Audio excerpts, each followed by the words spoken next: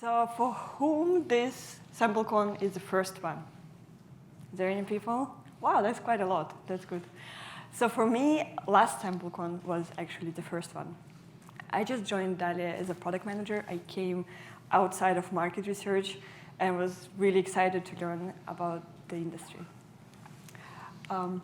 This is me. I'm here. It's with my team after the scavenger hunt event.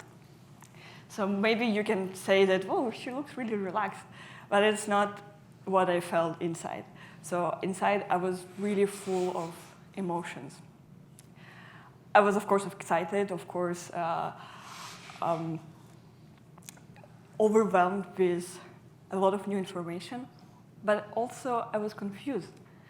I just felt that I see just the tip of an iceberg, and there's a huge iceberg behind the water. And that was not a nice feeling for me, because I'm a product manager. I came here to innovate, invent new things, change the world of market research, of sampling. And how am I supposed to do it if I don't understand how it works?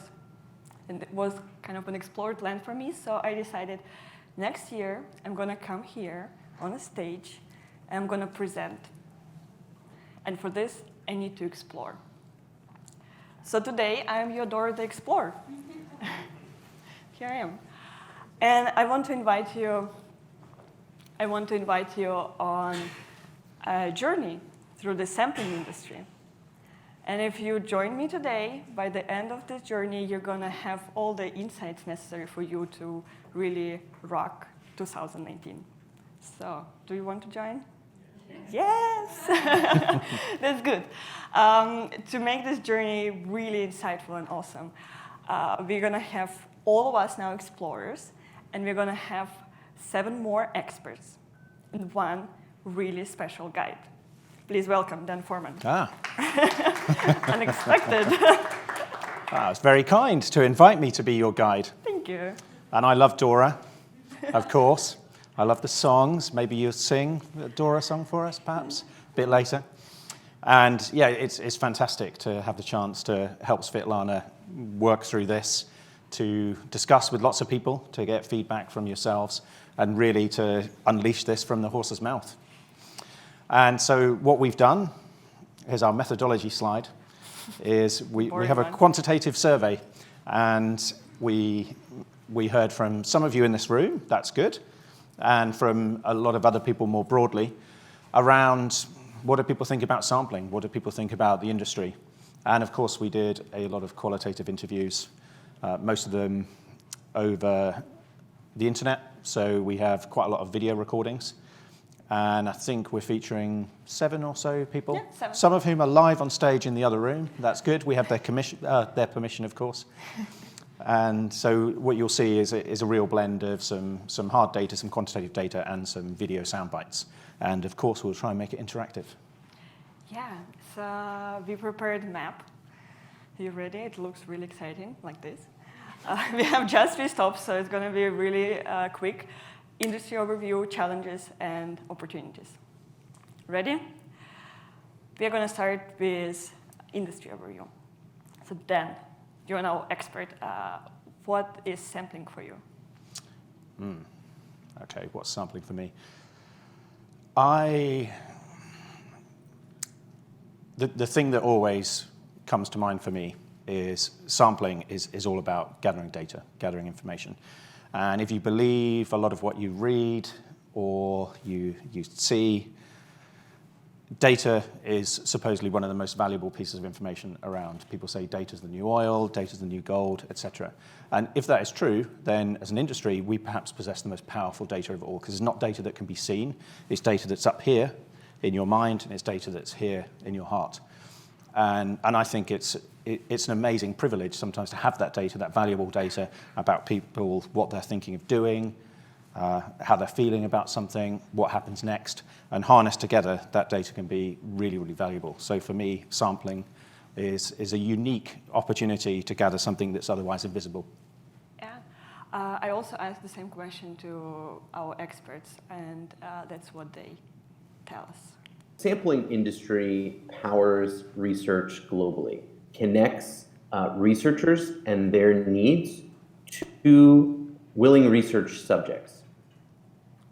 The sampling industry is probably one of the most powerful industries that no one has ever heard of outside of market research. It's simply fascinating.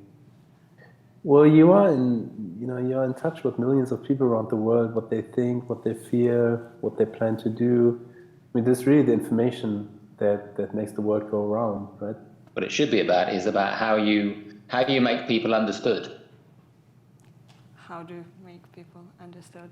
When I heard this first time, I was really excited how many people are really excited about sampling industry. And the next step and the next thing that we want to understand is what it is exactly, like what is the day-to-day tasks of people who work there.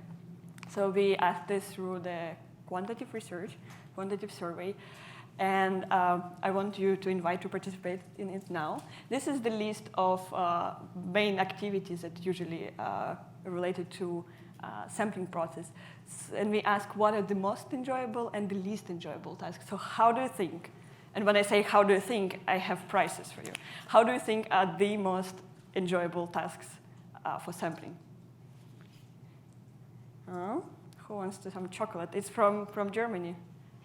Survey design. Survey design. No. More. Yeah. Coordination of different providers. No. Not the most. I mean, definitely one of the popular. Data delivery. Closer. No. I need to give this chocolate to someone. It's quite unexpected. You would not think about this. Pricing and feasibility. Yes. Get it. Yeah, for some reason, 36% of our respondents said that pricing and feasibility is the most enjoyable task that they do during their project process. Okay, let's try again. Now we talk about the least enjoyable tasks. Invoice. It's closer. Actually, the most popular answer here is nothing. So they just like everything. Yes, but invoices. And survey testing. Who said survey testing? I heard it somewhere here. Yes. Can you catch? I think someone else said it too. But you still can get a candy. Sorry. So this tells us a little bit about the day-to-day tasks of people who work in sampling. But then what should I ask if I really want to understand what people think about sampling industry? What people really think, you should do some projective exercises. You should do something qualitative. Maybe ask them if sampling was an animal, what animal would it be? Yes. It would not be a cheetah, that's not that fast moving. I'd say that sampling would be a cat. And I say that because cats are relatively slow moving and sometimes aloof to the needs of their owners, which in this case would be the respondents. I think the hungry caterpillar is a pretty good stand-in for the sampling industry. It's all about change, right? Maybe it's a rhinoceros, but the majority of the industry tends to lumber along a little bit too slowly and doesn't see quite far enough ahead. I would say sampling is an elephant because it's sometimes fast and it's sometimes slow. The animal that comes to mind is an octopus. An octopus is a fairly intelligent animal, pretty well camouflaged itself, right? And it's under the surface. Maybe I would compare it to an elephant. It's very strong, it's easily scared, and it's very slow moving, unfortunately. So that's the answers we get. Do you have your options? I now have armadillo as my personal preference. A little spastic. Yeah. So it's kind of gives us a little bit an overview of the whole industry, or really touch some of the challenges that we have. So I think we can close this first step and start to move forward. But before this, you remember, we're still explorers, so we have to write travel notes. And those are my travel notes for this first part. So first of all, sampling industry provides access to people's opinion. The second is that sampling process has a lot of steps and feels like a lot of them manual, even though people enjoy doing them. The third one is that there's a huge potential and opportunity for improvements and innovations. And at the same time, sampling industry perceived as a slow moving. So the main takeaway is that there is a potential to change, and we just need to make this change happen faster. Let's move to challenges. So for challenges, we also ask our experts what do they think are the main challenges. And then we split it into 4 main areas, so it's easier for us to follow this information. And we start with, I think, the hot topic for this conference this year is users' engagement. Sampling has bigger challenges than ever before. Some of those challenges are old, like data quality and respondent engagement. Others are new, like how do we keep out fraudulent respondents? I think people are getting smarter and smarter about using technology to game the system. I think we'll continue to see challenges with fraud that will only get smarter, and it will be a constant cat and mouse type game. Professional respondents. That problem is exacerbated when those people are not outliers in your data because we haven't engaged the others that wouldn't behave like that. There's obviously, the whole kind of litany of issues around the survey world that affects being able to get respondents. So declining rates, professional respondents, level of quality, that sort of thing. The shortening of surveys, making them more modern, and rolling them into the mobile environment. But just consumer attention spans. We're just in a society where it is harder and harder to keep somebody's attention for 12 minutes, let alone 20 minutes. Users, they are just consumed with content, and it is becoming harder and harder to think, how can we be effective here, reaching that right person at the right time, and as I said, with the right medium. This is the challenge. People just won't take a 25-minute survey on a mobile device. That continues to be a challenge. So yeah, it continues to be a challenge. And the fact that there's so many discussions this year, especially about user engagement, makes me kind of feel that it's a hot topic, but it's also going to be maybe not solved, but at least some new things going to happen really soon. The next area for challenges that we explored is reach, the most crucial and the key for sampling. Reach. Business to business, and then finding audiences for that can be very challenging because you're looking for specific job titles, sometimes in a specific industry. The young males, they're kind of the leaders in the behaviors that we're going to be seeing later. They're more mobile. They only want to invest 3 to 5 minutes. They're very time poor. It's the intersection of the panel size and the survey difficulty with the scarcity of the audience required. There are various kinds of B2B or high net worth samples that are difficult at a certain scale. There are even consumer samples that at small enough geography become difficult to fulfill. Low incidence samples have always been the hardest to reach, executives, doctors, people who are extremely busy, who want to be compensated, huge amounts of money for their time. Those have always been tough for sure. Do research on things that are very small, right? And maybe targeting a very small geographic area. Having a conversation with client about how they should go about their targeting. We as a business really advocate to try and talk to the broadest audience possible, right? So as reach is the key for sampling, we decided to go a little bit more deeper and have some quantitative result of this. And one first thing that we wanted to explore is what are the geographic regions or countries where suppliers still need coverage the most. It's your next chance to win some chocolate. How do you think which country is the most demanding for more coverage? Huh? How do you think? China, maybe. Close, but no. No. But it's that part of the world. Huh? You're not supposed to say this, but yes. She's also from my company, but she didn't see the presentation before. But yeah, look at you. Yeah, that is Australia. And it's not the most difficult country to reach, but it's just where we as a supplier still need more coverage, probably because there's a lot of demand as well. And you were close with China. It's also quite challenging, and of course Nordics and countries where there's a lot of demand also in trend. So another thing that we ask what are the most demanded audience, target groups. This should be really easy. How do you think? The most demanded target groups. Lucia, you're not supposed to. Huh? Yeah, moms. That is right. More? Huh? Oh, come on. Yesterday there were so many discussions about all those things. Huh? Huh?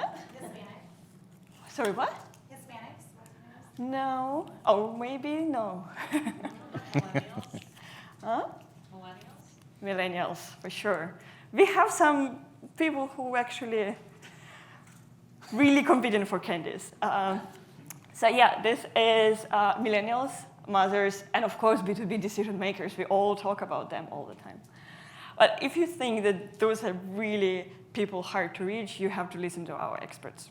They wanted to recruit women that lived alone and had 10 or more cats. We had one about chocolate at weddings in China. A set of questions related to whether or not American consumers really truly believed in zombies. We had a request for tombstone engravers. I have not been able to top that one. Do you have any examples of this? Cheetah owners, armadillo runners. I imagine there should be a lot of strange requests in every company. I think they all track this. So the next question that the next area of challenges that we explored with our experts is more value. The challenge is figuring out what products to build that really take advantage of these new tools and how to take advantage of them effectively and staying ahead so that you're evolving as technology and the industry evolves to power even newer kinds of research. That's the challenge. How do we incorporate passive forms of data and into our sampling frames to make our research more reliable and more predictable?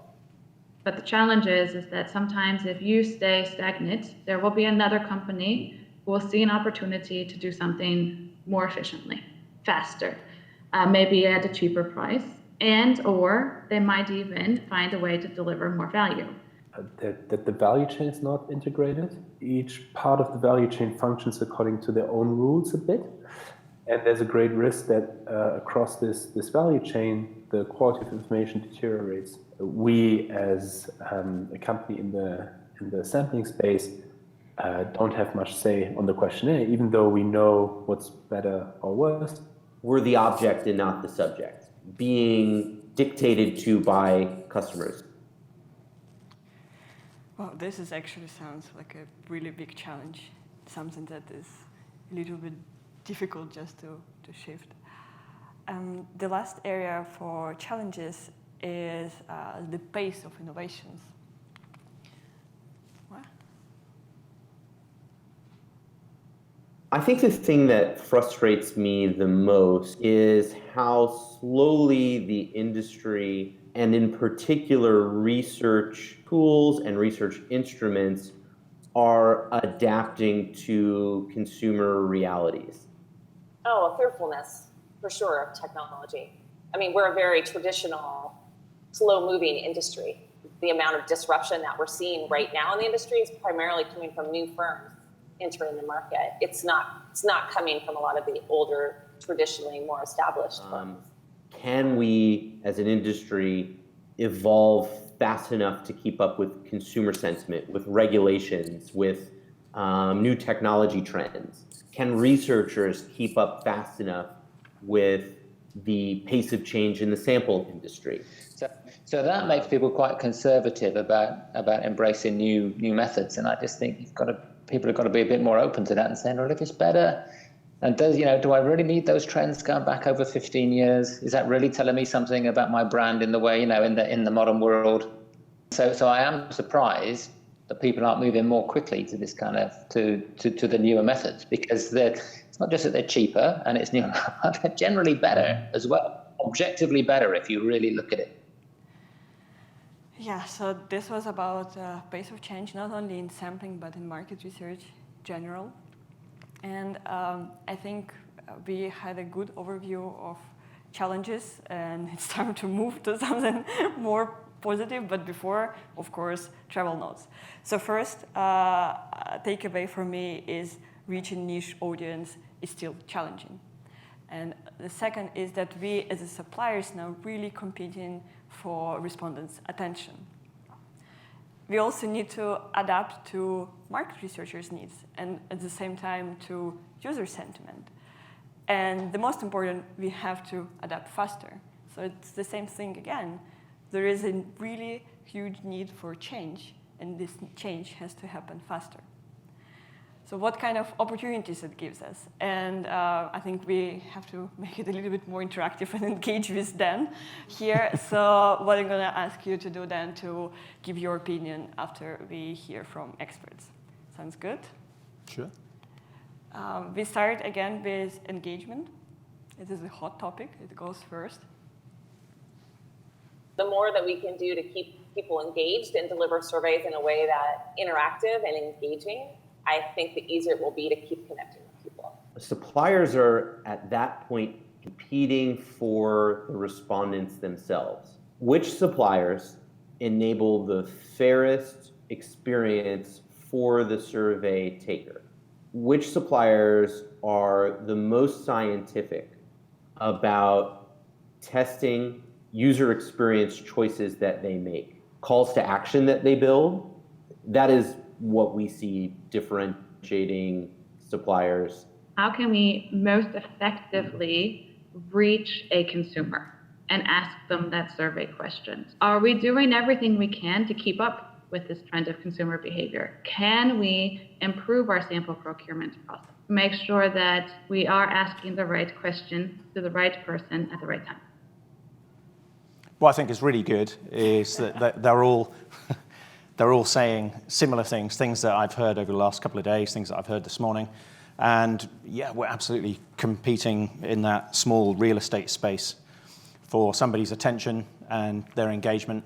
And really, we have to respect that. And potentially, we should throw away a lot of what we do that isn't terribly engaging, that isn't motivating and attractive for people, and do things that are more consistent with what truly keeps their attention. Yeah. That could have some pretty significant implications.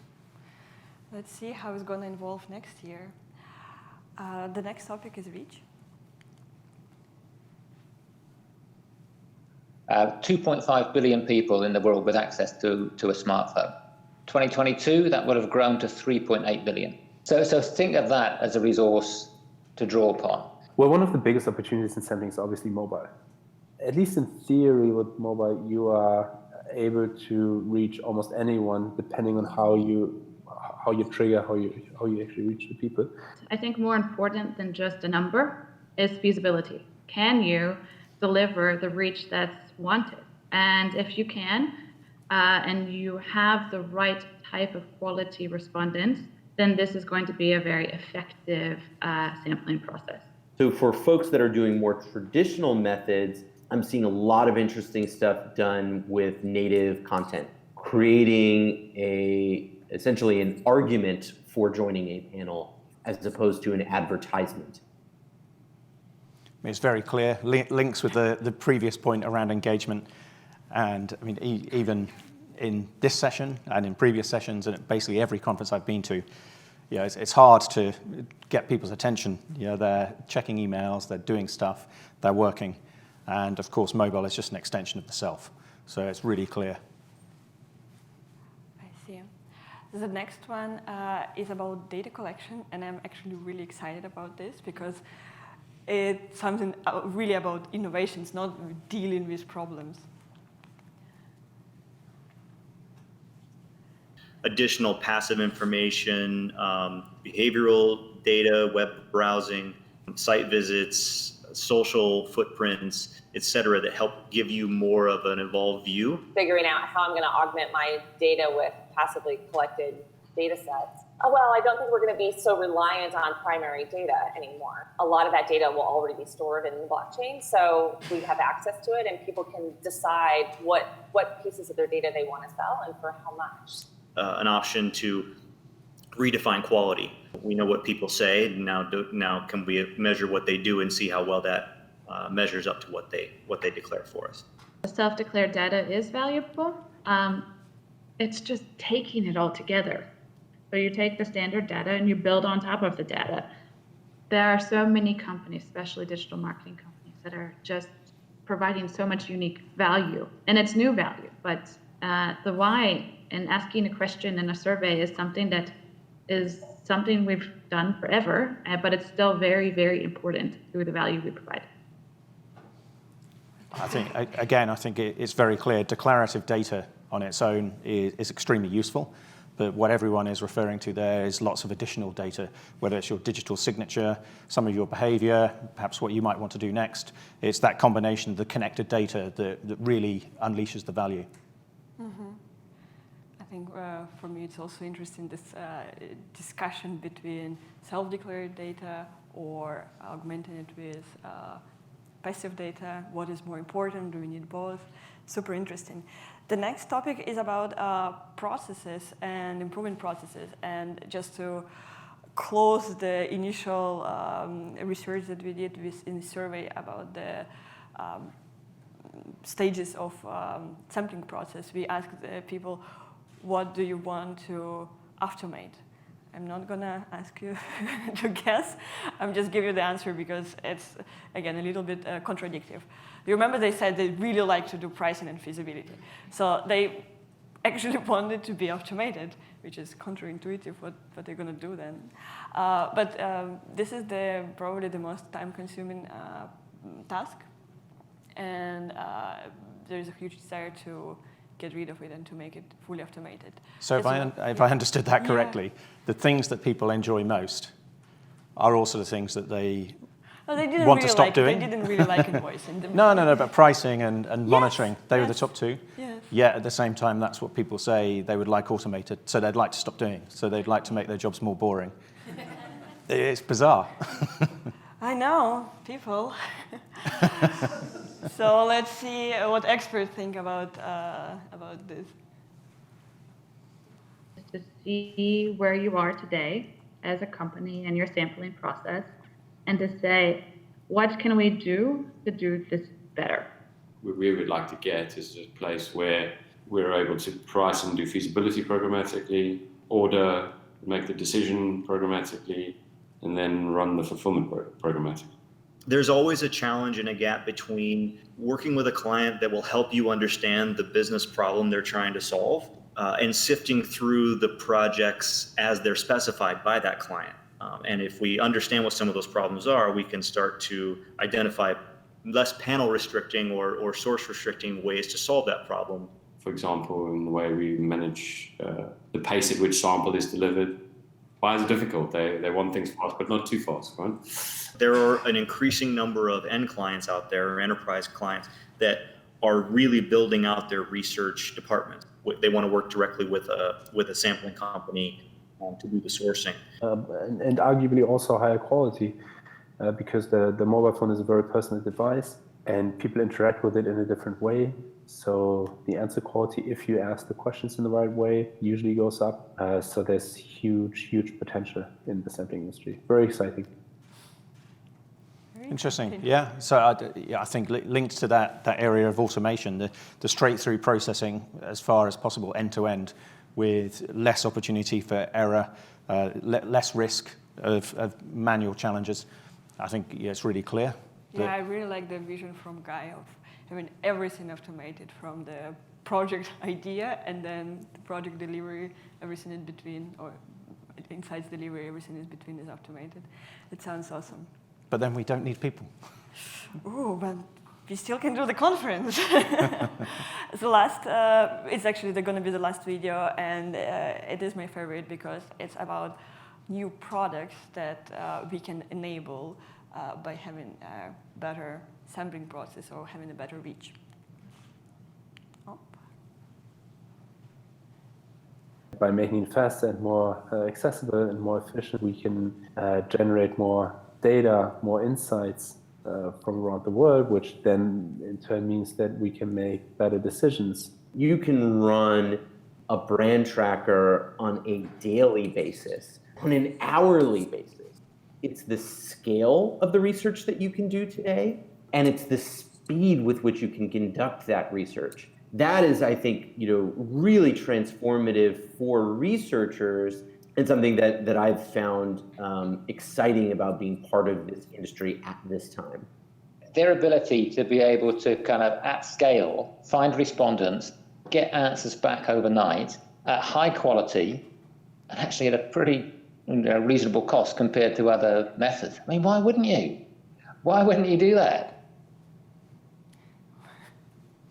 I think there you're just scratching the surface of all the opportunities that are available when leveraging mobile, leveraging that reach, finding mobile approximations for traditional methods. I think there's tons of opportunity for breakthrough innovation, and I'd love to see more of it. Yeah. So we're almost done. It's the end of the opportunities stop, and time for travel notes. So one thing that we learned is that there's a huge potential to scale reach through mobile still. We have to be much more scientific about the processes and engagement with users. We also will see more demand on the hybrid of self-declared data and passive data. And this is most important, that the scale and the speed of sampling enables new research products, which is awesome. So my main takeaway of this is that there's a lot of opportunities. I can list even more. And we really need to be faster in order to make sure we can see them all. So I also asked our experts, some of them, about advice they can give us, what actually we can do to make these changes happen faster. And there's a lot of nice advice that I get. One of them is find a client advocate, so people who are willing to test and experiment with you in order to bring new products to the market, which is really awesome. Another is evangelize and promote the need for modern new surveys. So it's not enough just to stay in the room and complain that surveys are long, but we really have to go outside and promote and show some use cases how great it can be. The third advice is excite people about new products. That was similar to the previous one. Again, to show what you can do with the reach and with the scale. Like in one day, you just launch it, and in 2 hours, you ask people around the globe what they think. It is awesome. And also, advice from Megan is to bring people in your company in one room, people from different backgrounds with different opinions, and ask them a question, how we can be more efficient or how we can be different. And to listen to different people, not just stuck in your mind, is something that I found really helpful for me. So our journey, unfortunately, is finished. You remember in the beginning I told you how confused was I. So this is my second SampleCon. And I still feel, of course, excited, and I still feel really curious. But the good thing, I don't feel confused anymore. And I hope that, especially for people who are here for the first time this year, this helped a little bit to understand the sampling industry and understand that what we have is a huge amount of opportunities and new things we can try. At the same time, we have some challenges to tackle. And there is a really need for change, and this change needs to happen faster. And I want to leave you with a question. Do we all have enough wisdom? And do we have enough passion? And do we actually have enough courage to make this change happen? Thank you.